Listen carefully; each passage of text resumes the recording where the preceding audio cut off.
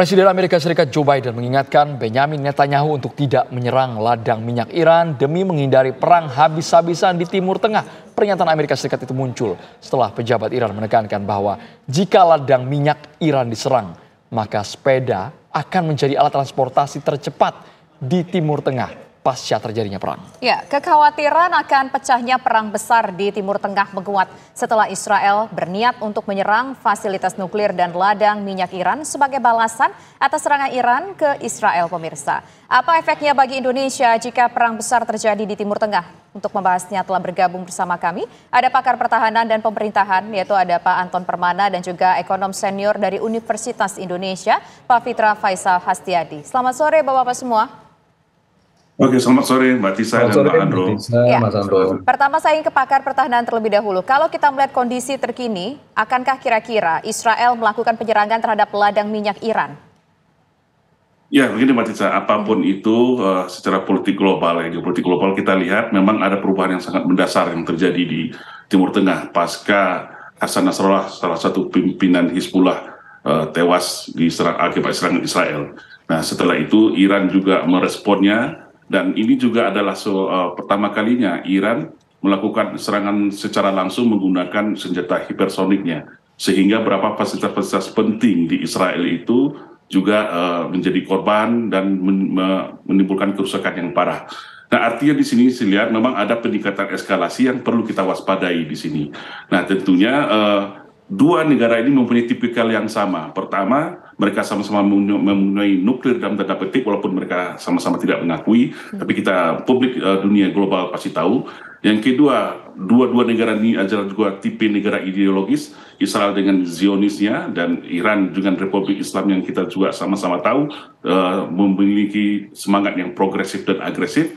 Yang ketiga, kedua negara ini juga mempunyai peralatan senjata yang juga tidak bisa dianggap remeh. Dan yang keempat punya kekuatan finansial, dan yang kelima ini yang terpenting di sini adalah dua negara ini juga mempunyai poros aliansi yang sekarang ini secara global yang saling memperebutkan hegemoni siapa yang terkuat. Dan menurut saya ini kalau kita tidak waspadai, dunia global kalau tidak waspadai, bisa-bisa eskalasi ketegangan antara Israel dengan Iran ini bisa meningkat ke lebih yang mematikan menurut saya. Kita ke Bang Fitra, kalau memang betul ancaman ini terjadi, apa dampak yang betul-betul akan dirasakan Indonesia? Karena Israel menargetkan sumber energi, ladang kilang minyak milik Iran. Bang Fitra.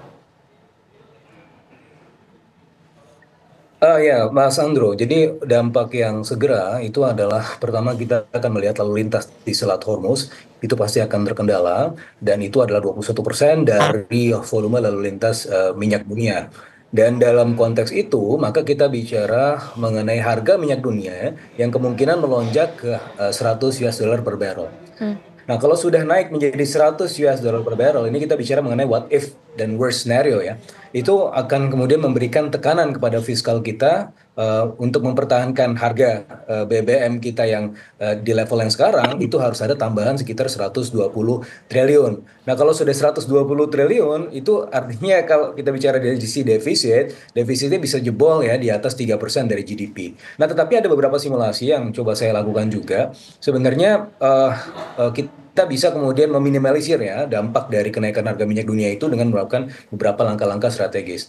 Nah, kalau kita lihat dari penyesuaian anggaran di tahun ini, ya ini kan sebenarnya sudah disesuaikan ya Mas Andro, Mbak Tisa, bahwa di tahun ini sebenarnya defisit fiskal kita diasumsikan cuma 2,3%, tapi kemarin ditambah menjadi 2,7% ya. Jadi defisitnya jadi sekitar 600 triliun dari sebelumnya 522 triliun bertambah 87 triliun. Itu 40-50%-nya itu adalah untuk beban subsidi dan kompensasi. Nah, subsidi dan kompensasi ini kalau kita ingat mulai dari bulan Juli ya, itu kan tekanan terhadap sisi APBN yaitu berasal dari dua sisi. Yang pertama adalah dari sisi nilai tukar. Kita melihat di bulan Juli itu rupiah bahkan sudah sampai 16.400. Dan yang kedua adalah tekanan dari sisi risiko geopolitik yang juga terjadi di bulan April ya, kalau tidak salah ingat. Di bulan April itu kan juga terjadi serangan yang serupa ya, tit for tat. Itu juga diprediksikan akan meningkatkan harga minyak dunia menjadi 100 US dollar per barrel. Dan kalau dari sisi sensitivitas APBN kemudian setiap 1 US dollar naik itu akan menghadirkan tekanan fiskal sekitar 6,9 triliun. Makanya muncullah angka 120 triliun yang saya sampaikan tadi, 100 sampai 120 triliun. Nah, tetapi kan ini kan sudah kemudian diadopsi ya pendekatan fiskal yang jauh lebih ekspansif ya dengan 37 triliun dan itu sebenarnya sudah cukup lah untuk kemudian antisipasi ya. Cuma memang harus ditambah. Nah, jadi instead 100 triliun tadi yang worst case kita nggak naik harganya, harga BBM. Nah, ini saya rasa kita bisa kemudian mengeluarkan sampai 70 triliun, tidak mesti harus sampai 100 sampai 120 triliun, maksimal 70 triliun. Tetapi konsekuensinya harga BBM di lapangan itu harus naik 10 sampai 20%. Nah, ini bisa nggak kita menanggung semua ini? Bagaimana dampaknya? Kita ingat Mas Andro dan Mbak Tisa di tahun 2022 itu juga sempat terjadi penyesuaian harga BBM ya naik 30% bahkan ya. Jadi 10 sampai 20% ini masih dalam range yang bisa diterima. Yang kedua adalah inflasi kita kemarin diumumkan 1,8%, ruang inflasi masih tersedia dan dari 70 triliun tadi itu kan 37 triliunnya sudah dikeluarkan ya, dianggarkan. Nah, saya rasa tinggal tambah 33 triliun lagi itu untuk kemudian bisa menggenapi 70 triliun itu saya rasa masih ada ruang fiskal kita masih cukup meskipun ada tekanan defisit juga. Oke, kita tangkap di poinnya di situ dulu, tapi begini, maaf Pak Fitra, kita dapat poinnya. Berarti secara general masyarakat Indonesia semua lapisan masyarakat Indonesia akan mengalami yang namanya kenaikan harga energi, kenaikan harga BBM. Kita stop di situ dulu sebelum kita berbicara aspek lainnya. Tapi kita ingin tahu Pak Anton, apakah kira-kira ini kan sudah ada pesan dari Amerika Serikat, Iran jangan diserang ladang minyaknya oleh Israel. Apakah kira-kira Israel akan mendengarkan ini atau Israel akan tetap menyerang ladang minyak itu sehingga kita terjadi krisis energi secara global, termasuk juga Indonesia yang akan kena dampaknya? Ya, kita sering melihatlah bagaimana kadang-kadang pernyataan Presiden Amerika pun sering dilanggar oleh Israel atau begitu sebaliknya. Nah, penekanan bagi saya di sini adalah bagaimana dampak apabila, ini perlu kita waspadai sebagai kita sebuah negara yang besar di belahan Asia Tenggara, jangan menganggap dampaknya hanya berupa serangan, kita akan juga diserang oleh Iran atau Israel perang secara simetris, tapi adalah dampak asimetris yang juga akan bisa berakibat kepada stabilitas Indonesia. Seperti contoh begini, terjadi perluasan perang ya. Kita tahu, walaupun secara normatif Indonesia ini mempunyai kebijakan politik bebas dan aktif, netral, tapi kita terakhir ketika Bu Retno menyampaikan wall out ketika Presiden kita tahu itu adalah sikap tegas, bentuk tegas Indonesia, ternyata Indonesia tidak netral. Indonesia artinya tidak berpihak kepada Israel. Sedangkan dalam kacamata politik Israel dan sekutunya Amerika, apabila satu negara itu tidak berpihak kepada Israel, berarti mereka adalah musuh. Nah, di sini adalah penting sebuah diplomasi pertahanan Indonesia ke depan agar Indonesia akhirnya tidak terjepit di dua kepentingan negara ini. Nah, menurut saya karena apa? Apabila terjadi perluasan perang, kita tahu Iran dan Israel pasti sama-sama tahu, walaupun secara hubungan diplomatik Indonesia dengan Israel itu tidak ada, tetapi Israel menurut tangan-tangan ketiga ini kan juga punya investasi yang besar di Indonesia. Nah, Iran tentu mengetahui ini. Nah, kita juga mengetahui pada 10 tahun yang lalu Ahmadinejad pernah mengatakan ada 50.000 garda revolusi tentara Iran itu yang tersebar di seluruh dunia. Nah, apabila fasilitas-fasilitas Iran diserang oleh Israel, tentu Iran juga akan membalas fasilitas penting Israel dan Amerika dan sekutunya yang ada di luar negeri tentunya. Dan itu tidak ada yang bisa menjamin kalau tidak juga terjadi di daerah Indonesia. Nah, ini kan tentu juga perlu yang kita waspadai oleh pemerintahan Indonesia ke depannya menurut saya, Mbak Lisa. Pak Anton, kalau eskalasinya makin meningkat dalam waktu dekat ini, apakah memang betul 1-2 hari ke depan perang habis-habisan akan pecah, Pak Anton, Bang Fitra? Sesaat lagi ditanggapi hanya di Kabar Petang, pemirsa.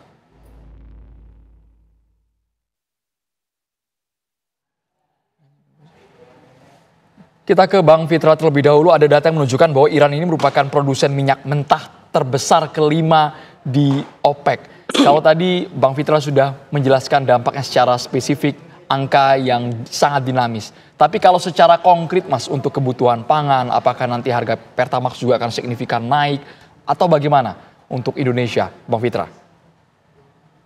Ya, dengan asumsi yang tadi saya sampaikan, jadi kalau kita mengasumsikan bahwa semuanya itu tidak naik, maka tekanan APBN bisa sampai 120 triliun, Mas Andro ya. Tetapi kan nggak bisa gitu ya. Kalau sudah seperti itu, artinya nanti rupiah kita bakalan tertekan juga karena ada capital outflow, karena investor melihat bahwa sisi fiskal kita tidak sehat. Nah, makanya ada skenario yang kemudian yang kedua yang lebih moderat ya. ditambah subsidinya juga supaya harganya tidak langsung naik, tetapi di sisi yang lain ya ada juga kompensasi-kompensasi lain. Nah, yang sudah diantisipasi pemerintah adalah keluar angka 37 triliun, Mas, sebagai apa namanya perubahan dari tahun ini. Nah, sehingga tambah 33 triliun lagi. Ini dampaknya seperti apa? Pertama, BBM itu akan naik 10-20% berdasarkan hasil simulasi saya. Nah, itu bisa nggak kita terima? Bisa saja, karena sekarang angka inflasi cuma 1,8%. Kalaupun naik setinggi-tingginya, itu cuma sampai 3%-an lah. Kalau kita merujuk pada tahun 2022, itu juga harga BBM naik jadi 30%. Nah, apa yang dilakukan pemerintah pada saat itu? Di bulan Agustus, pemerintah itu menghimbau kepada para produsen, terutama produsen komoditas, untuk melakukan, terutama di pemerintah dalam negeri ya, pemerintah daerah, itu untuk kemudian memproduksi cabai. Nah, cabai ini adalah komponen volatile food yang ternyata yang paling signifikan, sehingga pada akhir itu banyak ketakutan bahwa inflasi pada saat itu mencapai 20-30% bahkan ya. Tapi yang terjadi bahwa inflasinya cuma di bawah 6% bahkan. Nah, belajar dari itu maka pemerintah bisa kemudian memberikan ya subsidi kepada produsen yang ongkos produksinya tertekan akibat dari naiknya harga energi. Nah, itu dari mana? Ya, 70 triliun tadi, itu kan 37 triliun sudah dikeluarkan ya sebagai bagian dari antisipasi BBM. Nah, tinggal 33 triliun. Nah, ini untuk kemudian antisipasi ongkos produksi. Nah, ini bisa di-intercept, Mas.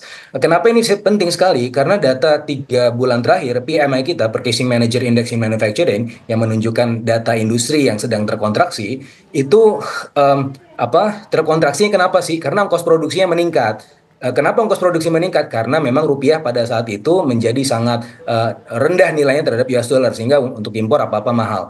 Nah, untuk itu maka pemerintah bisa mengintercept dengan menambahkan, injeksikan 33 triliun supply side intervention, supaya kemudian apa? Tidak ada kenaikan harga dari sisi produsen, tidak ditransmisikan langsung ke konsumen, sehingga efek inflasi akan menjadi sangat minimal. Yang tadi 10-20% bisa nggak diterima ekonomi? Sangat bisa, Mas Andrew, karena kita kemarin aja deflasi bulanan sudah 5 bulan berturut-turut ya. Artinya kalau kita menambah faktor inflasi sedikit saja, ini sebenarnya tidak akan terlalu memberatkan perekonomian. Oke, baik. Nah, sekarang Jadi saya ingin ke Pak Anton. Antisipasi pemerintah. Ya. Kita ingin ke Pak Anton. Pak Anton, dunia khawatir kalau sampai Israel menyerang Iran. Apa kemudian langkah yang bisa dilakukan oleh dunia? Katakan di sini yang paling akan terasa dampaknya sekali mungkin secara langsung adalah Timur Tengah. Kemudian kita yang akan merasakannya. Apa kemudian bisa kita lakukan, Pak, dunia secara global? Nah, jadi gini, sebelum itu perlu kita analisis, Pak, bagaimana kondisi ke depan itu sebenarnya kembali kepada sekuat apa dan sebesar apa kepentingan dari negara-negara seperti Iran, Israel, dan Amerika itu sendiri. Karena apa? Sebesar apa ancaman itu tergantung motivasi, karena apa? Perang itu kadang-kadang tidak hanya apakah itu menjadi perang sungguhan, apa itu akan menjadi perang hanya sebagai standar ganda atau propaganda, itu tergantung motivasinya. Nah, kita bisa melihat, betulkah Iran dan Israel ini memang akan melakukan perang? Nah, kita lihat sekarang Israel itu dalam 2 bulan 3 bulan terjadi demonstrasi yang besar-besaran oleh masyarakatnya sendiri yang menginginkan seorang Netanyahu itu diundurkan. Nah, terus kita lihat lagi secara domestik ya, ini secara domestik Israel. Nah, secara domestik Iran, kita melihat sendiri bagaimana 3 tokoh pentingnya sudah tewas di tangan Israel. Seperti yang terakhir ada Hasan Nasrallah, wakil presiden dan komandan garda revolusinya. Kita perluas lagi spektrumnya ketika perang di Rusia dan antara Ukraina itu juga sampai sekarang belum berujung. Nah, terus kita perluas lagi spektrum pada kondisi politik global, bagaimana sekarang terjadi pemilu di Amerika. Nah, kalau kita rangkum ini semua, ya secara normatif, tentu semua pihak tidak akan ingin perang ini berlanjut.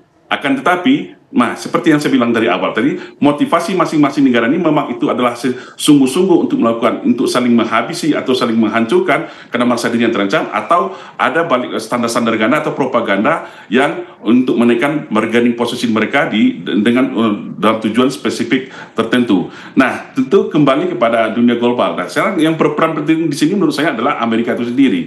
Saya sepakat dengan apa yang dikatakan Pak Yusuf Kalla. Biden tentu sudah mempunyai sebuah roadmap bagaimana strategi untuk menyelesaikan permasalahan-permasalahan ini.